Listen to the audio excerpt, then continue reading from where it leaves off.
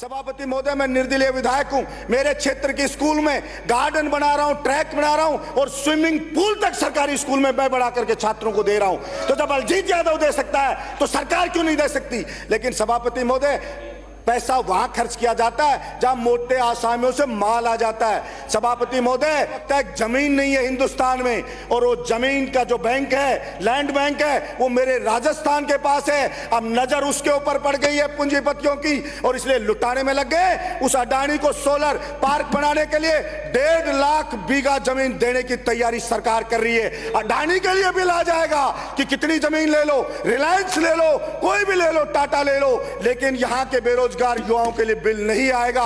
यहां घर से भागने वाली छोरी को भगाने के लिए बिल आ जाएगा कि मां बाप नहीं रोक सकते, भागने दो इस बच्ची को, मां बाप का मुंह काला कर देने दो, लेकिन बेरोजगारों के लिए नहीं आएगा, किसानों के लिए नहीं आएगा। तो मैं सरकार से मांग करता हूं कि आप इतने ज्यादा अहंकार में ना रहें। जो जनता बनाती है वो जनता उतार भी देती है। शरीफ लोग समय आने पे जवाब देते हैं। पता नहीं लगता है व्यक्ति को कि नीचे से जमीन खिसक रही है, उसको लगता है सब कुछ अच्छा अच्छा चल रहा है, लेकिन ऐसा है नहीं। तो आपको 20,000 चपरासी लगाने की जरूरत है। हर स्कूल में लग जाएगा, झाड़ू निकालेगा, सफाई रहेगी। छत टपक रही है, अरे उसकी छत की थोड़ी सी मरम्मत करा दो, जीर्णोद्धार के पैसे दे दो, स्कूल में ट्रैक बना दो, उसका गार्डन बना दो, उसको थोड़ा फर्नीचर दे दो। इसमें कोई बहुत ज्यादा पैसा नहीं लग रहा है। आप मेट्रो ट्रेन जयपुर में ला रहे हो, आपकी मेट्रो ट्रेन खाली दौड़ रही है, क्यों लेकर के आगे मेट्रो ट्रेन? इन स्कूलों को कर दोगे सारों को, तो यहां नौकरी कर लेंगे, यहां नहीं करेंगे तो अमेरिका चले जाएंगे, इंग्लैंड का चले जाएंगे, बाहर का पैसा लेकर के आ जाएंगे। लेकिन कहते ना,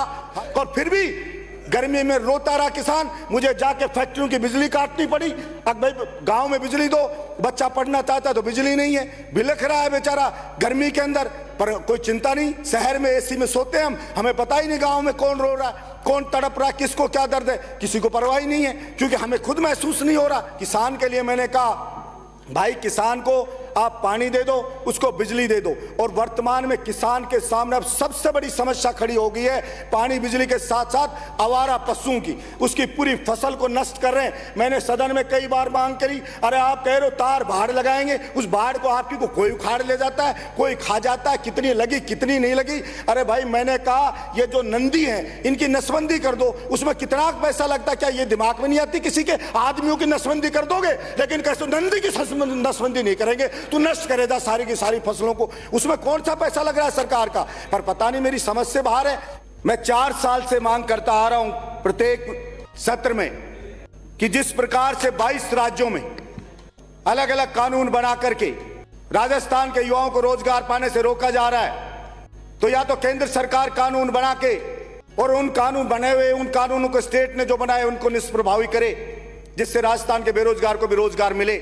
और अगर ऐसा नहीं है तो राजस्थान की सरकार भी बिल लाए, कानून बनाए, जैसे बिहार में बनाया, हरियाणा में बनाया, अन्य राज्यों में बना हुआ है, तो सरकार भी कानून बनाए जिससे कि राजस्थान के स्थानीय जवानों को सरकारी नौकरियों में 90 से 100% आरक्षण मिले, प्राइवेट कंपनियों में कम से कम 75% आरक्षण मिले। और अफसोस की बात है सभापति महोदय, राज्यसभा चुनाव के वक्त मुख्यमंत्री जी ने स्वयं मुझे वचन दिया था कि जल्दी ये बिल ला करके और हम ये कानून बनाएंगे। इतने दिनों से वेट करते रहे और अभी विधानसभा में जवाब आया कि ऐसा कोई कानून नहीं बनाने जा रहे हैं। जब मुख्यमंत्री जी खुद जबान देकर के एक विधायक को और फिर अगर मुकर जाएं तो इससे ज्यादा अफसोस की बात नहीं हो सकती है। इसलिए मैंने मांग की कि 5 लाख भर्तियां निकाले। चुनाव के वक्त घोषणाएं हो जाती हैं, अभी कहा गया कि 1,82,000 भर्तियां निकाली हैं। हमने कहा भर्ती कैलेंडर जारी करे कि ये भर्ती तुरंत डेट दे एग्जाम की, फिर रिजल्ट की डेट दे, फिर ज्वाइनिंग की 6 महीने में डेट दे, जब तो हम मानेंगे कि सरकार की नीयत साफ है। वरना घोषणाओं में क्या रखा है, केवल घोषणा करने से 5 लाख की वो भर्तियां निकाले। भर्ती प्रक्रिया में इतनी विसंगतियां हैं सभापति महोदय, कोई भी भर्ती निकले, कभी किसी में 10 जो क्वेश्चन है वो गलत आते हैं, किसी के 20 के आंसर गलत आते हैं, फिर उनको डिलीट कर दिया जाता है। क्या मजाक चल रहा है कि एक पेपर बनाने वाला है वो पेपर ये नहीं बना सकता कि ये क्वेश्चन सही है या नहीं है, इनका आंसर सही है नहीं है, आंसर की जारी कर दी जाती है, फिर डिलीट कर दिया जाता है, गलती हो गई है। तो क्या मजाक कर रही है एजेंसियां, जो कैसे ये पेपर लीक नहीं होगा? जो इतने लापरवाह लोग अगर एग्जाम कराएंगे तो ये पेपर लीक कभी नहीं रुकने।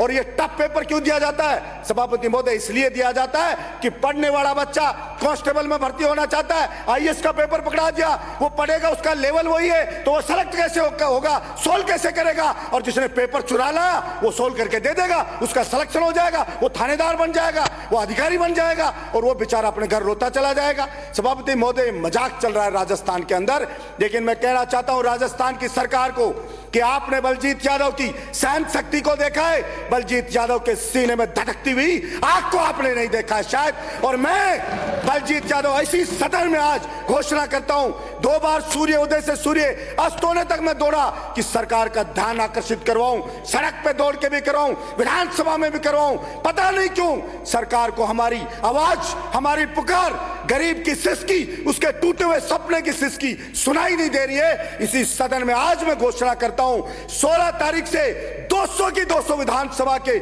मुख्यालय पे बलजीत यादव वही काले कपड़े पहन के दौड़ लगाएगा इन्हीं बेरोजगार किसान और मजदूरों की मांगों को लेकर के, ताकि सरकार चेते और हमारी मांगों को सीरियस ले, और मुख्यमंत्री जी मुझे दिया हुआ अपना वचन निभाए और जल्दी बिल ला करके वो कानून बनाए। और सभापति महोदय, कोचिंग के लिए घोषणा की, पहले 10,000 को फ्री कराते थे, अब हम करा देंगे SC ST OBC को करेंगे, BPL में करा देंगे। कितने एक लोग BPL के अंदर हैं, जनरल के, OBC के, जिनको कोचिंग कराओगे? अरे आप 25,000 को कराओगे। बलजीत यादव विधायक है, निर्दलीय, मैं फ्री कोचिंग मेरे बहरौड़ में मैंने चालू की है, इवन 10th 12th के लिए भी चालू की है कि साइंस का बच्चा भी पढ़े। वही कॉलेज के प्रोफेसर, स्कूल के लेक्चरर, बात करके बहुत सारे लोग होते हैं जो गरीब के बच्चों को फ्री पढ़ाते हैं, मैंने चालू की है। जब बलजीत यादव चालू कर सकता है तो क्या राजस्थान की सरकार नहीं चालू कर सकती? मैंने मेरे यहां पे सरकारी स्कूल खोल रखे, प्राइवेट स्कूलों में जाओ, लूट मचा रखी है प्राइवेट स्कूल वालों ने, लेकिन सरकारी स्कूलों की हालत ऐसी है। सभापति महोदय, मैं पूछना चाहता हूं सरकार से,